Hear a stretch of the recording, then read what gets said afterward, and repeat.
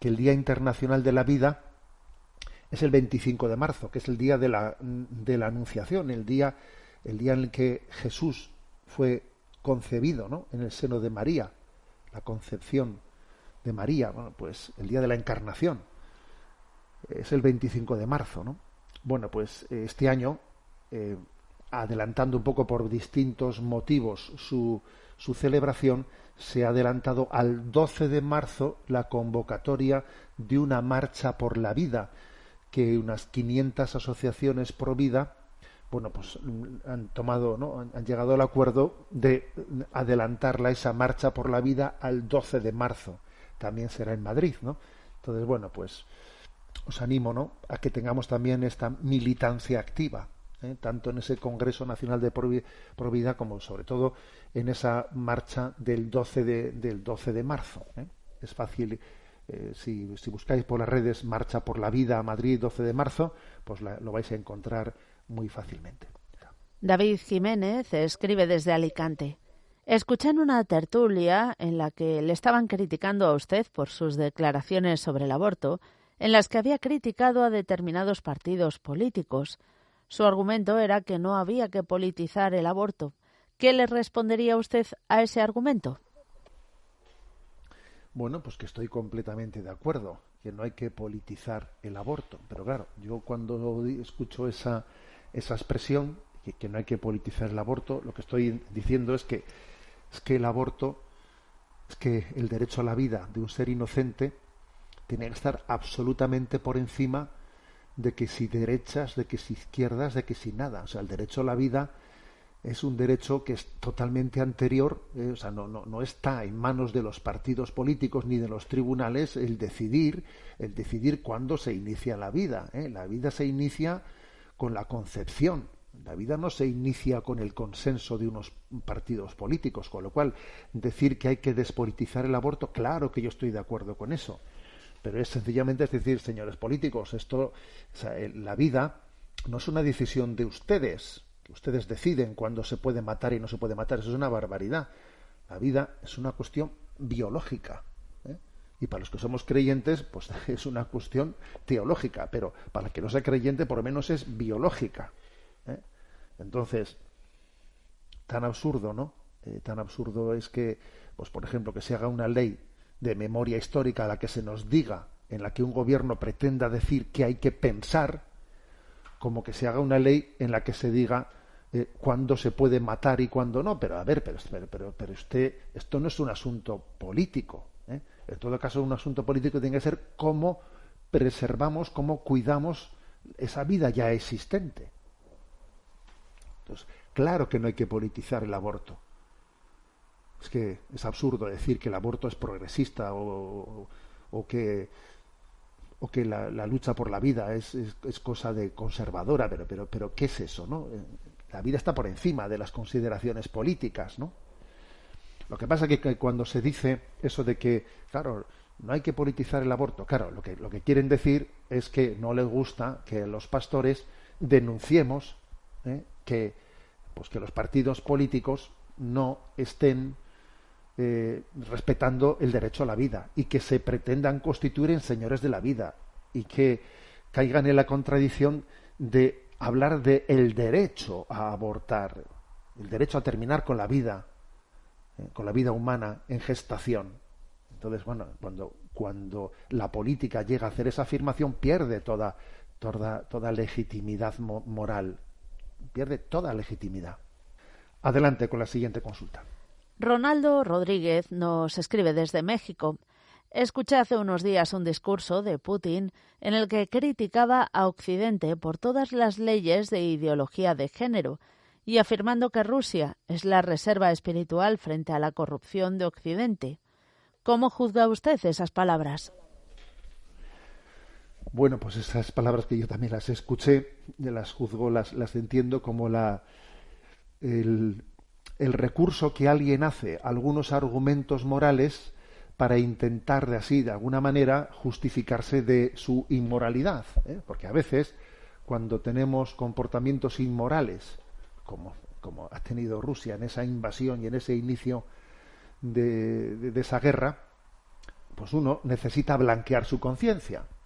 Entonces, para blanquear su conciencia, recurre pues a recordar toda la corrupción que existe en Occidente con todas las leyes de la identidad de género. Claro, que es verdad, sí, pero que eso a ti no te blanquea tu conciencia con lo que has hecho. Y esto la verdad es que en el fondo nos remite a las palabras del Señor, ¿no? ¿Por qué miras la mota que hay en el ojo vecino? Mira la viga que hay en el tuyo. Estamos siempre así, estamos siempre así. Claro, que también a nosotros se nos podría decir lo mismo por el lado contrario, ¿no? Que yo, por ejemplo, pues lo que se ha hecho, ¿no?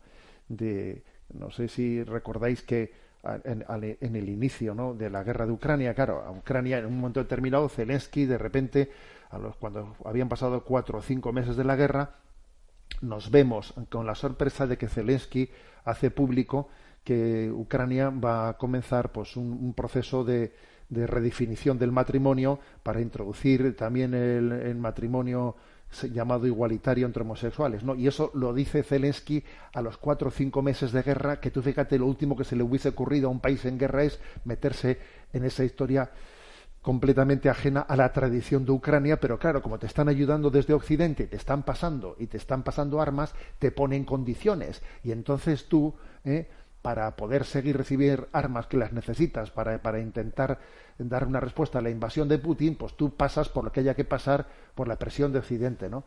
Es tremendo, ¿no? Como en un momento determinado cada uno utiliza los valores morales a su conveniencia, ¿no? En vez de vivir en una recta conciencia, obviamente, ¿no? Entonces, bueno, pues ¿qué es lo que opino de las palabras de Putin? Pues obviamente lo que opino es que a veces recurrimos a decir verdades para tapar nuestras mentiras. Para tapar nuestras mentiras. Y eso no nos justifica de nada. Debemos decir una cosa. A ver, en Rusia también sería bueno que el señor Putin recordase que es uno de los países del mundo en el que más abortos se provocan. El último dato que tenemos del año pasado es que en Rusia ha habido 660.000 abortos, 660.000, y además el aborto se permite hasta la semana 22. O sea, todavía bastante más que en España con la ley recién aprobada.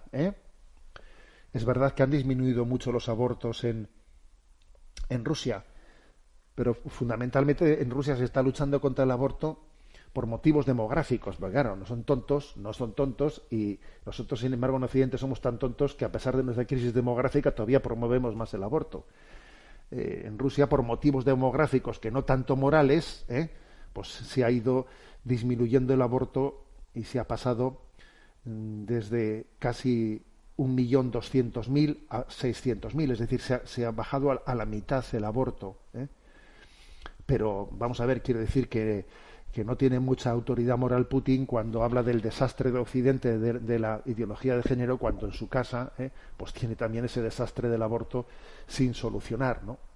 Vamos, sin solucionar. O sea, sencillamente con ese lastre en la conciencia de que 660.000 niños rusos fuesen sacrificados el año pasado en el seno materno antes de haber nacido. Además, Rusia, la Unión Soviética, fue el primer país del mundo en legalizar el aborto tras la revolución bolchevique.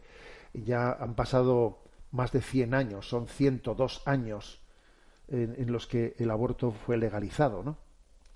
Bueno, en definitiva, que la autoridad moral que puede tener Putin a la hora de proclamarse así ante el mundo, pues la verdad es que es, como os podéis imaginar, pues muy poquita. Adelante con la siguiente pregunta. Aquí se nos ofrece una cita de un escritor alemán, Heinrich Heine, del siglo XIX, que dice su cita, ¿no? Nunca actúes contra tu conciencia, tampoco si el Estado te lo exige. Me despido con la bendición de Dios Todopoderoso, Padre, Hijo y Espíritu Santo. Alabado sea Jesucristo.